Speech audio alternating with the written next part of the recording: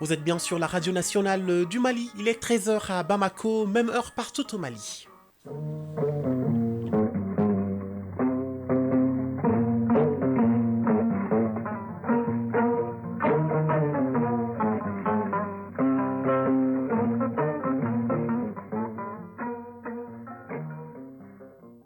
Le journal Moussa Papa Aïdara. À la une de l'actualité, pour parvenir à une paix durable au Mali, plus de 40 milliards de francs CFA ont été investis, une somme mobilisée par les partenaires du Mali au compte du Fonds pour la consolidation de la paix et du Fonds Femmes, Paix et Action humanitaire. L'heure est à l'évaluation du portefeuille par le Comité national de pilotage des mécanismes d'investissement en consolidation de la paix au Mali. Le projet intitulé Soutien aux activités de vaccination lance ses activités à Bamako sur une période de 12 mois. Il couvrira 6 régions du pays sur financement de Gavi et l'Alliance mondiale des vaccins. Actualité sur la scène étrangère au Nigeria. Une école s'est effondrée hier vendredi pendant les examens. Au moins 22 élèves sont morts. Une opération de sauvetage est en cours en ce moment. Et puis l'ONU qui prolonge le mandat du BINUT en Haïti jusqu'en juillet 2025. Les parties prenantes haïtiennes vont devoir créer de toute urgence un conseil électoral provisoire et s'accorder sur une feuille de route pour des élections durables. En sport, basketball, la Coupe du Monde féminine des moins de 17 ans commence aujourd'hui. Le Mali prend part à la compétition. Et en football féminin, la 5e journée de la phase de Caridas du football féminin se joue cet après-midi. Le décryptage, ça sera avec Isaac Chenou. Mesdames, Messieurs, bonjour et bienvenue à ce 13h. Débutons ce journal par cette aide internationale. Plus de 40 milliards de francs CFA ont été investis par les partenaires du Mali pour l'accompagner dans la consolidation de la paix. C'est ce qui ressort de la réunion du Comité national de pilotage des mécanismes d'investissement en consolidation de la paix au Mali. Cette rencontre avait pour but de faire une évaluation du portefeuille du Fonds pour la consolidation de la paix, le portefeuille du Fonds Femmes, Paix et Action humanitaire. La réunion s'est tenue au ministère des Affaires étrangères et de la coopération internationale. Mamadou Fane était présent. Le Fonds pour la consolidation de la paix et le Fonds Femmes, Paix et Action humanitaire sont deux fonds mis en place par le système des Nations Unies pour répondre aux besoins immédiats des pays sortant des conflits. Au Mali, plus de 40 milliards de francs CFA ont été décaissés pour accompagner les autorités dans la stabilisation du pays à travers des projets mis en œuvre par les organisations de la société civile. Ce premier comité de pilotage est donc une évaluation à mi-parcours des projets exécutés dans plus de 40 localités du pays. Alain Nudou, coordinateur du système des Nations Unies au Mali et coordinateur humanitaire. Ce comité de pilotage sied désormais en tant qu'organe élargi de gouvernance des mécanismes de financement dans la consolidation de la paix au Mali. Il s'agit pour le moment donc de 3 fonds sur lesquels nous travaillons ensemble. Le premier, c'est le Fonds de consolidation de la paix, du secrétaire général des Nations Unies, qu'on appelle PBF. Il s'agit aussi des fonds Femmes, Paix et Action humanitaire.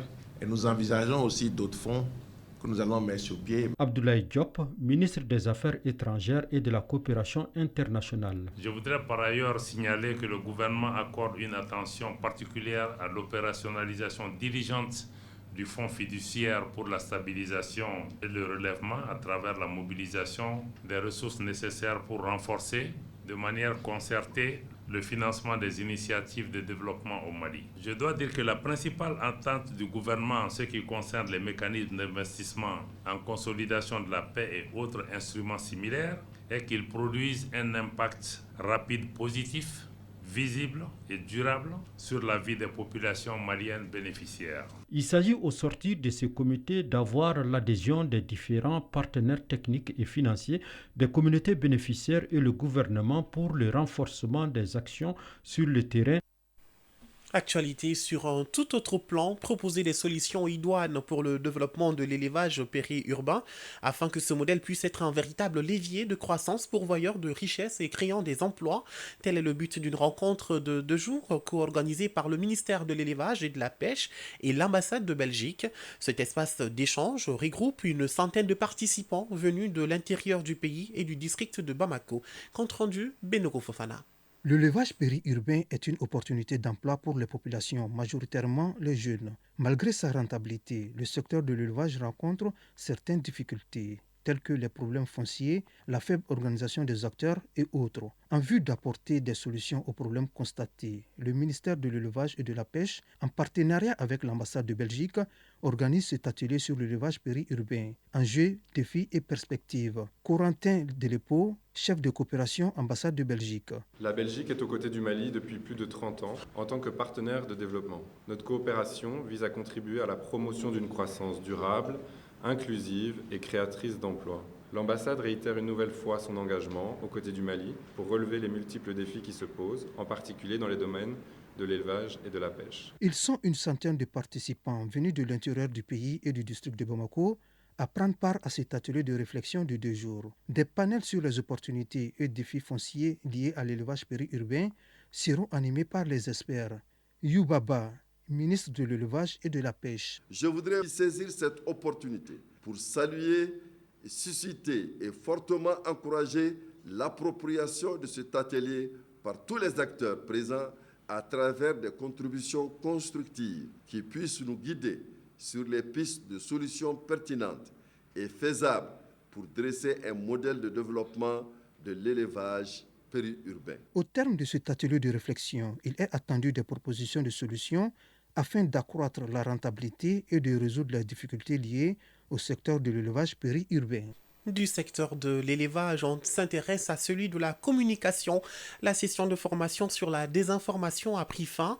À l'issue des travaux, des recommandations ont été formulées dans le sens de la multiplication des efforts de formation et de sensibilisation sur les dangers liés à la propagation de l'information. La cérémonie de clôture, qui était présidée par le président de la HAC, a été marquée par la remise des diplômes aux participants. Alouseni Touré nous en parle. Les 2 jours d'atelier ont été mis à profit par les participants pour mieux s'imprégner des notions relatives à la malinformation, à la désinformation et à la mésinformation. Aussi ont-ils réfléchi aux voies et moyens susceptibles d'aider à identifier et à circonscrire les fake news. Mohamed Bonkana Maïga, participant. Nous savons comment est-ce que maintenant les gens utilisent mal les réseaux. Ce n'est pas le réseau qui ment, c'est les gens qui l'utilisent. Ils mentent sur les gens, ils déforment. Mariam Diko, participante. On a échangé entre nous, participants, pour voir comment est-ce que nous, en tant que société civile, en tant qu'institution, en tant que journalistes, nous pouvons contribuer afin de mieux réglementer tout ce qui est en rapport avec la désinformation et également voir quelles solutions, quelles recommandations nous pouvons faire dans ce sens-là. Le président de la Haute Autorité de la Communication a engagé les participants à faire bon usage des termes de l'atelier en les vulgarisant autour d'eux. Gossou Koulibaly, président de la Haute Autorité de la Communication. Durant cet atelier, nous avons eu l'opportunité d'approfondir notre compréhension des mécanismes de la désinformation, de partager des expériences et des stratégies efficaces et de réfléchir ensemble aux meilleures façons de répondre à ce défi. Les discussions ont été riches et variées et les idées échangées ici sont précieuses pour notre mission commune. Il est maintenant de notre responsabilité de faire vivre les idées et les solutions que nous avons explorées ici. Je vous encourage tous à continuer à collaborer, à partager vos connaissances et à travailler ensemble pour créer des stratégies efficaces contre la désinformation. Le président de la HAC a auparavant demandé aux exploitants d'entreprises de radiodiffusion de se mettre en règle vis-à-vis de la réglementation en vigueur. Aussi a-t-il mis en garde contre la diffusion de la publicité non autorisée. 13h09. Un mot de santé à présent, je vous l'annonçais dans les titres. Le ministère de la Santé et du Développement, le ministre bien sûr, qui a lancé hier vendredi à Bamako les activités du projet intitulé Soutien aux activités de vaccination. Il est mis en œuvre par la Fédération internationale des sociétés de la Croix-Rouge et du Croissant-Rouge sur une période de 12 mois, financé par Gavi, l'Alliance mondiale des vaccins, à hauteur de 800 millions de francs CFA. Le projet couvre 6 régions du pays. Les explications de Sorana Kamisoko. Un nouveau projet pour accompagner le département de la santé en matière de couverture vaccinale dans 6 régions du Mali. Il s'agit bien de certaines zones à faible couverture vaccinale, qui sont les régions de Kaï, Sigasso, Ségou, Gao, Tombouctou et Kidala. Ce projet intitulé Soutien aux activités de vaccination est un projet innovant devant toucher tous les enfants non vaccinés et sous-vaccinés et les personnes vulnérables à la COVID-19. Nouhoum Maïga, secrétaire général de la Croix-Rouge malienne. Ce projet viendra certainement contribuer à combler les défis en ce qui concerne la vaccination. Et pour cela, plus de 400 volontaires ont déjà été formés par la Croix-Rouge malienne pour faire la sensibilisation et l'identification de ces enfants-là. Le projet soutien aux activités de vaccination est financé par Gavi, l'Alliance mondiale des vaccins, à hauteur de 800 millions de francs CFA pour une période de 12 mois.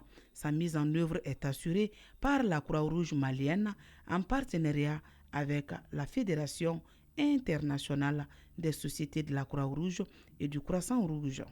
Adélaïde Davy, responsable de la vaccination à la Fédération internationale des sociétés de la Croix-Rouge et du Croissant-Rouge. Dans le cadre de ce projet, les volontaires de la Croix-Rouge feront du porte-à-porte dans les communautés, sensibilisant les mères et les pères à la vaccination. Dr Koulibaly Youmassal, conseillère technique au ministère de la Santé et du Développement social. Avec la crise sécuritaire, les services sociaux de base, en particulier celui de la vaccination, ont été insuffisants en certains endroits du pays, avec des mouvements de population. Cette situation a eu pour conséquence l'accumulation des enfants des 012 et sous-vaccinés avec l'apparition des flambées d'épidémie. Ce projet constitue un appui à l'accès durable de la population aux services de santé de la mère et de l'enfant, notamment en matière de couverture vaccinale. Sur le même registre, le district sanitaire de Kita a bénéficié d'un nouveau projet dénommé Projet d'appui à la promotion des droits sexuels et reproductifs et du droit à la vie libre sans violence basée sur le genre des filles et des adolescentes de 6 cercles de la région de Kita. Ce nouveau projet est une collaboration du consortium Assig Djigia-Blon, délégation de l'Union européenne pour le bien-être social, sanitaire et familial des communautés vulnérables. Il coûtera en 3 mois plus de 600 millions de francs CFA. De Kita, la correspondance de Mamadi Alioubari. Cette cérémonie marque le lancement officiel des activités du nouveau projet dénommé Fitne Yelen à Kita. Ce projet d'appui à la promotion des droits sexuels et reproductifs et du droit à une vie libre sans violence basé sur le genre à l'égard des femmes, des filles et adolescentes du district sanitaire de Kita constitue une contribution de qualité à l'atteinte des objectifs du développement durable ODD d'ici 2030. Sériki Dambélé, chef de mission du consortium Assig Djigia-Blon. L'ODD 3, c'est de permettre à tous de vivre en bonne santé et promouvoir le bien-être de tous à tout âge. L'ODD 4, c'est assurer l'accès de tous à une éducation de qualité sur un pied d'égalité et promouvoir les possibilités d'apprentissage tout au long de la vie. L'ODD 5, c'est de parvenir à l'égalité des sexes et autonomiser toutes les femmes et les filles. Seydou Sidibé, maire de la commune urbaine de Kita. Ce projet s'inscrit en droite ligne de la planification locale en matière de santé sexuelle et reproductive. Pour un montant de plus de 621 millions de francs CFA, ce projet Fitne Yelen du consortium Assig Djigia-Blon couvre 8 centres de santé communautaires du district sanitaire de Kita, d'où la satisfaction des autorités administratives et sanitaires de la région. Dr Issa Keita, médecin-chef adjoint du district sanitaire de Kita. Cette intervention va toujours améliorer la santé de notre population, surtout la couche fragile qui est les enfants et les femmes. Bourlaï Diakité, conseiller au gouvernorat de Kita. L'objectif général du projet est de contribuer à la promotion et à la protection des droits sexuels et reproductifs, à la prévention et à la lutte contre les violences basées sur le genre dans 12 communes des 6 cercles. Le projet Fitne Yelen est financé par la délégation de l'Union européenne au Mali à hauteur de 95% et le consortium Assig Djigia-Blon 5%. Il dure 3 ans. Kita, Mohamed Aloubari, Nouhoun Kamara, Mohamed Fabrice Kambo pour l'ORTM. Actualité internationale à présent au Nigeria. Une école s'est effondrée hier vendredi pendant les examens. Au moins 22 élèves sont morts. Une opération de sauvetage à l'aide de pelleteuses mécaniques est en cours pour secourir plus de 100 personnes piégées sous les décombres. Le collège Sainte Académie situé à Jos, dans l'état du Plateau, s'est effondré peu après l'arrivée des élèves dont la plupart avaient 15 ans au moins. Au total, 154 élèves ont été piégés, mais 132 ont pu être secourus et sont maintenant soignés dans divers hôpitaux. Selon le porte-parole de la police de l'État du Plateau, la cause de l'effondrement n'a pas été clairement établie, mais selon les habitants, ce dernier s'est produit après 3 jours de fortes pluies.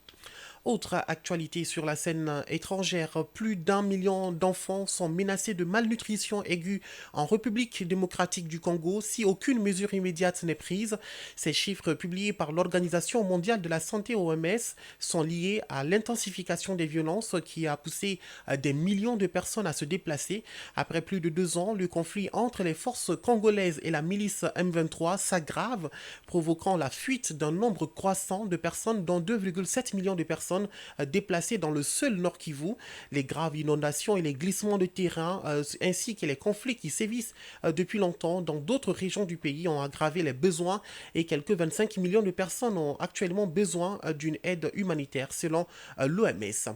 Au Rwanda, la campagne pour les élections législatives et la présidentielle du lundi 15 juillet touche à sa fin.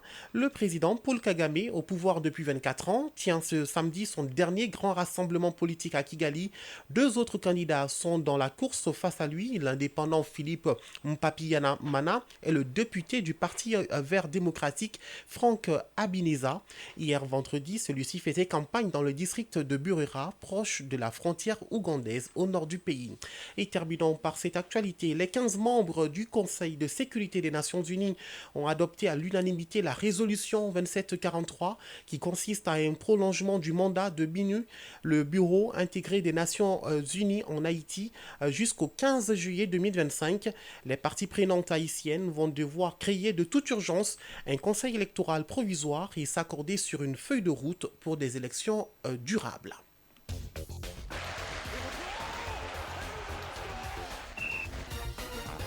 L'actu des sports, à présent, basketball, la Coupe du Monde féminine des moins de 17 ans commence aujourd'hui. Je vous le disais, le Mali prend part à la compétition. Et en ce qui concerne le football féminin, la 5e journée de la phase Caridas du football féminin se joue cet après-midi. Et Euro 2024 affiche inédite en finale demain 14 juillet. Elle mettra aux prises l'Espagne et l'Angleterre. Isaac Chenou nous dit tout. Demain dimanche, la finale de l'Euro 2024 opposera l'Espagne à l'Angleterre. C'est un acte final entre excitation et joie mesurée, puisque rien n'est encore gagné. Les 2 sélectionneurs, Louise de la Fuente et Gareth Southgate, ont évoqué cette affiche avec passion. L'Espagne tentera de décrocher son 4e Euro contre l'Angleterre. L'Espagne, nation la plus titrée d'Europe avec 3 sacres comme l'Allemagne, mais qui disputera sa première finale depuis 2012, et l'Angleterre, toujours 0 trophée continental, qui jouera sa 2e finale seulement, la 2e consécutive après celle perdue en 2021 face à l'Italie. Ce sont 2 équipes en très bonne forme et tout porte à croire que ce sera un grand spectacle pour les spectateurs. L'Espagne deviendra-t-elle la seule nation la plus titrée d'Europe dimanche? L'Angleterre décrochera-t-elle son premier héros? En tout cas, la réponse, c'est après cette rencontre Espagne-Angleterre. Tout comme l'Euro 2024, la Copa América 2024 est proche de son dénouement. Le tournoi est sur le point de livrer son verdict. Argentine-Colombie, prévue dans la nuit de dimanche à lundi à 2h du matin, est l'affiche de la finale. 23 ans après son seul succès dans l'épreuve, la Colombie retrouve la finale de la Copa América et défiera le champion du monde et tenant du titre argentin. Déjà, le Canada se console de son côté avec un match pour la 3e place face à l'Uruguay dans la nuit de ce samedi à dimanche. Sur le plan national, le football féminin, la 5e journée du Canada se jouera cet après-midi. Sur le terrain du SFAS, l'AS Police sera face à l'AS Mandé. Au même moment, sur le terrain de l'AS Real, Amazon de la commune 5 en découdra avec l'USFAS. Basketball pour terminer. La Coupe du monde féminine des moins de 17 ans démarre aujourd'hui et sera jusqu'au 21 juillet au Mexique. L'Afrique est représentée par 2 nations, à savoir le Mali et l'Égypte. Les filles du Mali sont dans le groupe B en compagnie de l'Italie, du Mexique, pays hôte, et de la Nouvelle-Zélande. Quant aux Égyptiennes, elles sont dans le groupe D en compagnie de Taipei chinois, du Canada et de la France. Pour leur première sortie, les aigles cadettes seront opposés aux pays organisateurs demain. Les Éthiopiens, pour leur part, seront confrontés dès aujourd'hui aux cadettes canadiennes. 20 minutes au-delà de 13h, c'est l'essentiel de l'actualité pour ce journal de 13h. La présentation, c'était Moussa Papa Aïdara. Tout le plaisir était pour moi. Mise en onde bien assurée par Alibata Ouattara. Mise en ligne Abdelaziz Koulibaly. Réalisation Bourama Traoré. Merci à tous pour votre attention. N'oubliez surtout pas, gardez le sourire quoi qu'il arrive. Très belle journée à tous sur le RTM.